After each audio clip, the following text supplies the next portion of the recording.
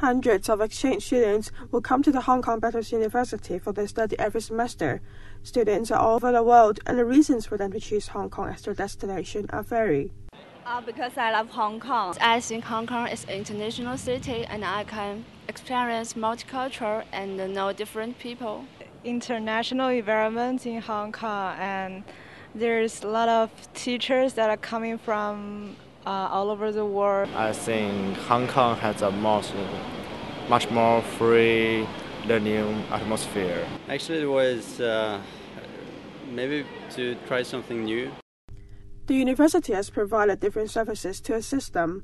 These exchange students would spend their time in different places and making good use of the facilities here in the Hong Kong BU. Usually I will go to the library, such as lounge and the library, and the most place I want to be in is the restaurant.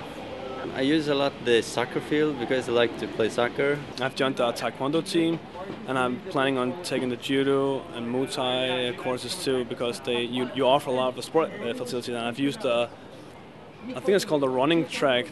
Apart from school life and living at the campus, being an exchange student would meant to explore something new. What would be better for them to dig in and to explore the different places in Hong Kong? I only went to the Bangkok to eat some traditional food, and I also went to the Victoria Bay to see beautiful night scenery. The language barrier is the biggest problem all the exchange students faced when they adapt to the local environment.